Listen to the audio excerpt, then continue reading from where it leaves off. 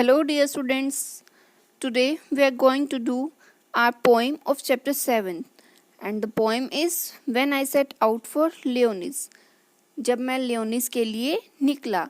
लियोनिस इस पोएम में एक इमेजिनरी प्लेस है, मतलब एक काल्पनिक प्लेस है जिसके बारे में सिर्फ ये सोचा जाता है या ये माना जाता है कि ये किसी टाइम पे ये प्लेस था, लेकिन अब वो नहीं है। वो सिर्फ एक मेमोरीज में है हमारे, या फिर हमारी इमेजिनेशन में है। तो ये जो प्लेस है लियोनिस, वो ऐसा माना जाता है कि इंग्लैंड में एक जगह हुआ करती थी जो कि अब सी में या समुद्र में डूब गई है। उस प्लेस को कहा जाता है लियोनिस। और जो पोएट है इस पोएम के, वो है थॉमस हार्डी, जिन्होंने इस प्लेस पर जाने की बात की है अपने इमेजिनरी वर्ल्ड में। तो वो उस प्लेस पे जाने के बाद में या उसके जाने के ड्यूरिंग उनको कैसा फील होता है, वो वहाँ से लौटते हैं, वापस आते हैं तो उनको कैसा फील होता है, वो इस स्टोरी में, इस पोएम में आपको बताया गया है। So let's start it. As a young apprentice architect, British poet and novelist Thomas Hardy once visited a parish to supervise the restoration of a church. जब जो पोएट हैं वो एक स्टूडेंट थे। अप्रेंटिस का मीन होता है स्टूडेंट या प्रैक्टिस करने वाले। तो स्टूडेंट वो किसके थे? आर्किटेक्चर के। आर्किटेक्चर में क्या करते हैं हम? बिल्डिंग्स के या फिर हाउसेस के, स्कूल्स के मैप्स बनाते हैं। तो जब वो इनकी प्रैक्टिस करते थे तब British poet and novelist Thomas Hardy once visited a parish to supervise the restoration of a church. Parish होता है जो चर्च में वर्शिप करते हैं। जैसे टेम्पल्स में प्रिस्ट होते हैं, पुजारी होते हैं, उसी तरह से चर्च में पैरिश होते हैं। तो पैरिश से मिलने गए ये जानने के लिए, ये सुपरवाइज करने के लिए कि जो चर्च में रिस्टोरेशन का वर्क चल रहा है, मरम्मत का काम चल रहा है, वो कैसे चल रहा है। On his return from the parish people notice two things about him. जब वो पैरिश के पास से लौटे तो लोगों ने उनमें दो बातें नोटिस की। First was a new glow in his eyes. पहली तो ये थी कि उनकी आंखों में वहां से लौटने के बाद में एक नई ही चमक थी। And second one was a crumpled piece of paper sticking out of his coat pocket. और दूसरा ये था कि उनके कोट की पॉकेट में से तो एक क्रम्पल्ड पेपर का पीस जो था वो उनकी पॉकेट से बाहर निकला हुआ दिखाई दे रहा था। क्रम्पल्ड का मीन, जैसे हम एक पेज को इकट्ठा कर देते हैं, उसमें काफ़ी सारे रिंकल्स आ जाते हैं, तो उसे हम बोलते हैं क्रम्पल्ड पीस ऑफ पेपर। तो वो उनकी कोट की पॉकेट से बाहर निकला हुआ दिखाई दे रहा था। That paper, it is recorded in one of his biographies, contained the draft of a poem.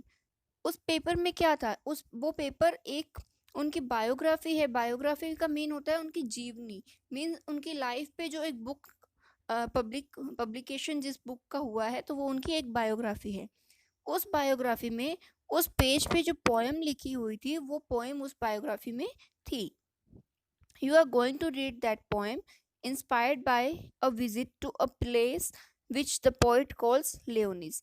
उस पोएम के बारे में, उस पोएम में क्या था कि एक प्लेस से इंस्पायर हुए थे पोएट। उस प्लेस का नेम है लियोनिस। उसके बारे में उन्होंने इस पोएम में बताया है। तो let's get rid.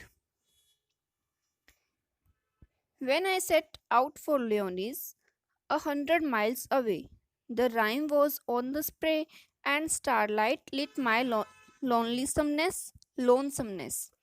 When I set out for Leonis, 100 miles away. When I set out for Leonis, जब मैं लियोनिस जाने के लिए निकला, 100 miles away, जो कि 100 मील की दूरी पर है। इट मीन्स बहुत दूर है। The rhyme was on the spray.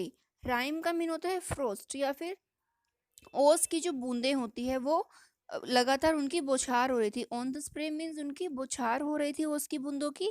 And the starlight lit my लोनसमनेस।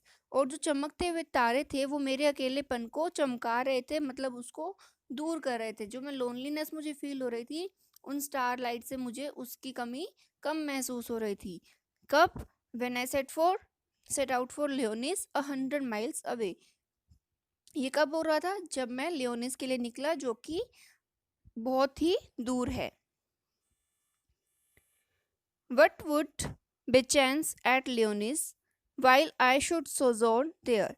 No prophet durst declare, nor did the wisest wizard guess. What would bechance at Leonis while I should sojourn there? Bechance का mean होता है chance to happen.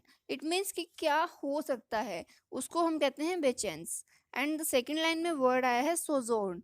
सोजोन का mean है कि एक तरह से stay करना. तो इन लाइंस का मीन है कि व्हाट वुड बेचेंस एट लियोनिस, कि लियोनिस जाने के बाद में वहां पर मेरे साथ में क्या हो सकता है. While I should sojourn there, जब मैं वहां पर रुकूंगा, मतलब वहां पर जब मैं स्टे करूंगा तो मेरे साथ में क्या हो सकता है, क्या होगा मेरे साथ में. No prophet durst declare. Prophet का मीन होता है भविष्यवाणी, कि कोई भी भविष्यवाणी नहीं हुई थी उस टाइम की. Not did the wisest wizard guess. Wisest मतलब सबसे बुद्धिमान, सबसे इंटेलिजेंट, सबसे होशियार. और विजर्ड का मीन होता है जादूगर. तो ना तो कोई भविष्यवाणी हुई थी और ना ही किसी जादूगर ने कुछ गेस किया था कि what would bechance at Lyonnesse while I should sojourn there, कि जब मैं लियोनिस में स्टे करूंगा तब वहां पर मेरे साथ में क्या होगा. ये ना तो कोई भविष्यवाणी हुई थी और ना ही किसी जादूगर ने गेस किया था. Next stanza. When I returned from Leonis with magic in my eyes, all marked with mute surmise, my radiance rare and fathomless. When I returned from Leonis with magic in my eyes. In lines का mean है कि जब मैं आई return from लियोनिस, मतलब जब मैं लियोनिस से वापस आया with magic in my eyes, तो मेरी आंखों में एक जादू था, एक नई चमक थी.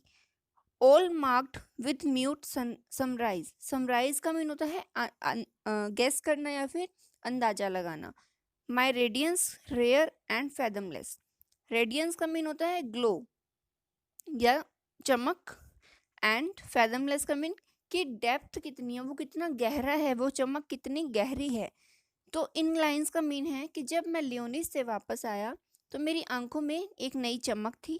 सब लोग चुप रहकर ये गैस कर रहे थे कि जो मेरी आईज में एक रेडियंस है, एक जो ग्लो है वो कितना डीप है.